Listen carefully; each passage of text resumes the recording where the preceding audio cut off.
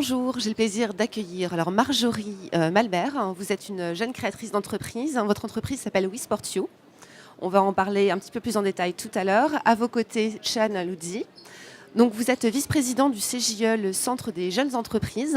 Qu'est-ce que c'est le cercle des jeunes entreprises? C'est quoi le CJE? Alors, le Cercle des jeunes entreprises, c'est une association qui a été fondée en 2009 par deux jeunes entrepreneurs prénommés Laurent et Richard.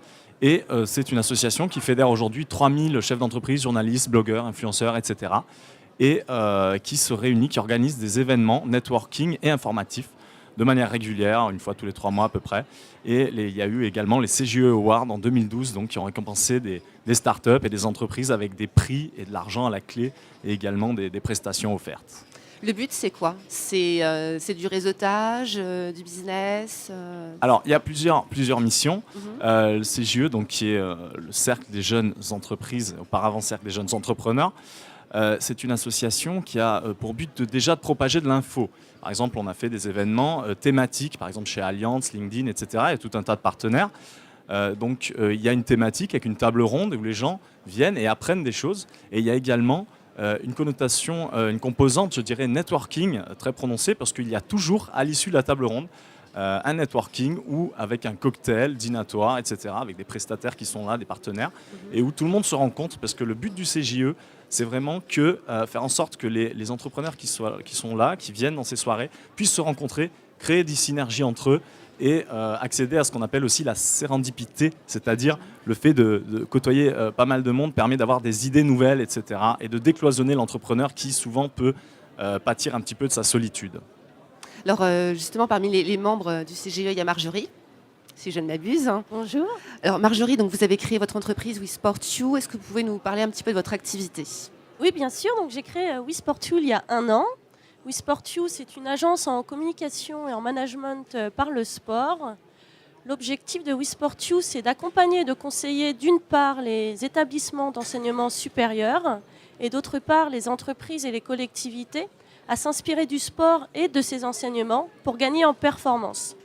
Donc plus concrètement, WeSportYou conçoit des programmes de formation sport RH, des séminaires de cohésion d'équipe et des événements participatifs sportifs. D'accord. Et donc, vous faites partie donc, du cercle des jeunes entreprises. Exactement. Ça vous apporte quoi, très concrètement?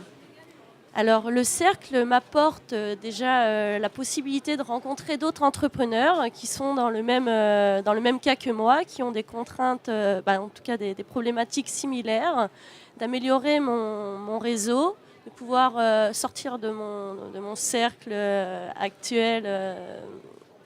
Parce qu'un chef d'entreprise, il est en général la tête dans le guidon. Exactement. Et parfois, prendre du recul, ça peut être très, très intéressant. Exactement. Ça me permet de prendre du recul. Par exemple, lors de la soirée CJO LinkedIn, j'ai rencontré des personnes qui m'ont permis de me remettre en question sur justement la possibilité de rencontrer justement des agences qui pourraient me permettre de rencontrer notamment des entreprises, donc mon client final, donc me permettre de réfléchir à une nouvelle façon de prospecter.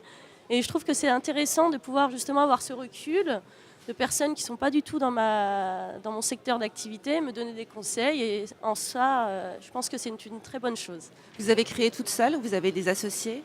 J'ai créé toute seule. Oui, donc c'est d'autant plus important, j'imagine, de pouvoir discuter et d'échanger avec des pairs. Exactement, parce qu'ils sont dans la même problématique, comme je vous le disais. Et puis, on s'aide mutuellement et je trouve que c'est très intéressant. Et puis, c'est ce que je promets au quotidien. Donc l'entraide, l'esprit d'équipe, donc c'est très, très important. Alors Sean, souvent on peut penser qu'un chef d'entreprise, effectivement, est un peu un loup solitaire. Il a son business, éventuellement ses salariés. Et il peut y avoir peut-être une petite timidité, ou en tout cas on n'a pas envie trop de partager ses secrets, ses clients avec d'autres. Est-ce que ça vous le ressentez Alors c'est vrai que c'est quelque chose, un syndrome qui peut toucher pas mal de personnes. Notamment au niveau des idées. Souvent, on entend dire « oui, je ne veux pas parler de mon idée, j'ai peur de me la faire piquer », ce qui est complètement faux. Il faut savoir qu'en général, il vaut mieux parler de ses idées, justement, les confronter aux autres. C'est là qu'on va avoir ce qu'on appelle des feedbacks constructifs, c'est-à-dire des gens qui vont vous dire « mais oui, mais peut-être que ton idée, on pourrait l'optimiser en faisant ceci, cela ». Donc du coup, ça permet de bénéficier, en parlant aux autres, ça permet de bénéficier de ce qu'on appelle le cerveau collectif, c'est-à-dire on réfléchit plus tout seul, donc il y a une espèce de brainstorming automatique qui se met en place. Alors bien sûr, c'est difficile parce qu'on sort de sa zone de confort en exposant son idée. Du coup, on met son ego un petit peu à nu. Et si quelqu'un critique l'idée, ça peut faire peur et ça peut faire mal à l'ego justement. Et c'est pour ça que certaines personnes n'osent même pas parler de l'idée. C'est même pas pour ne pas se la faire piquer, c'est aussi par peur d'être jugé.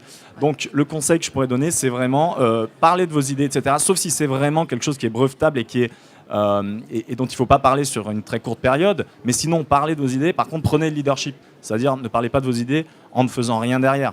C'est-à-dire, parlez de vos idées, mais en montrant que vous êtes en train, justement, de transformer cette idée en business et que c'est vous le premier et que ça va être difficile de vous rattraper. Ou alors, il vaut mieux s'associer avec vous pour faire partie de l'aventure. Marjorie, si vous aviez un conseil à donner à des jeunes chefs d'entreprise, qu'est-ce que serait ce conseil ? Est-ce que je peux juste compléter ce que Bien Sean sûr, vient de dire, justement pour l'apport d'idées. Je vais prendre mon cas. En ce moment, je suis en train de monter un réseau sur comment entreprendre dans le secteur sportif.